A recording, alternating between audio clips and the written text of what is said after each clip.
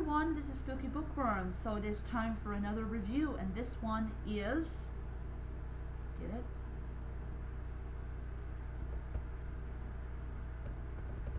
The Cat Who Played Post Office by Lilian Jackson Braun.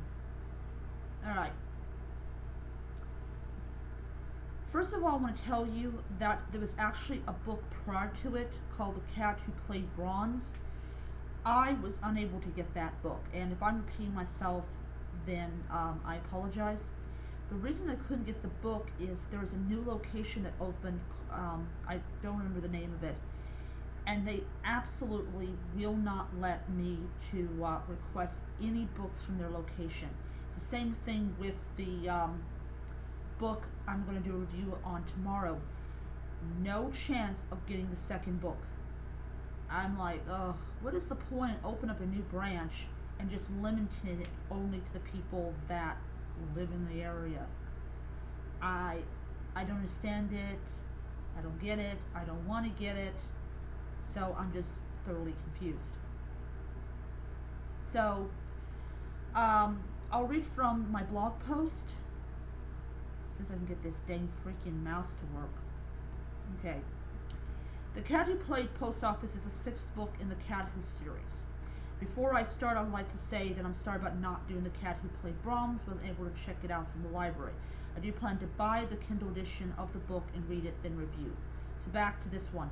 Quill has inherited money, and the story starts with him waking up in the hospital after crashing his bike. A bike that everyone complained needed to be dumped, and a new, modern one bought. Of course, the reason that Quill bought the old bike is that he still isn't used to the fact that he's got money. He finds out about a girl named Daisy Mole who vanished to what seemed like warmer weather. Of course, Coco uses his own means to tell his owner the stuff that isn't right about Daisy just vanishing. And little things pop up that tells Quill and Coco that Coco just might be right. The story all jumps towards the end, back to him leaving the hospital and returning home. The whole thing isn't in order. You have him waking up in the hospital and then moving backwards to him having to move away and going all the way to the events leading up to him getting into that crash.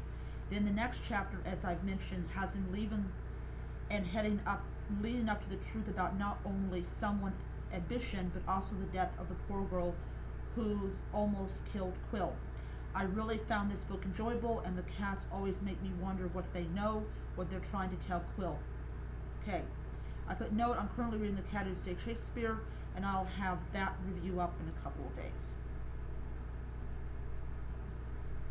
And it does move around. You know, first you have, at the very beginning, chapter 1 has him basically waking up in the hospital, and then chapter 2 has him having to leave the big city to go to a place called Down Below, where he was at when he was I can't believe I'm just stuttering myself. He went down below in The Cat Who Played Braun, and that's of course what led to him inheriting money. So like I said, in the second chapter, he basically leaves the big city, comes down below, is told the conditions of the will, which means he has to be there for 5 years, and then it leads all the way up to when he gets into the crash, and then the next chapter is when he leaves the hospital and all that type of stuff. So overall, this was a really good book. It was a little bit confusing because it went backwards and then it went forward, leading all the way up to who had done it. And surprisingly, the person who did it was the one who killed the girl. So it was interesting. It's like all ambition and family pride and afraid of being a laughing stock. I just really thought the person who did it was really sick. Really sick. Like, who kills a pregnant woman? I don't know.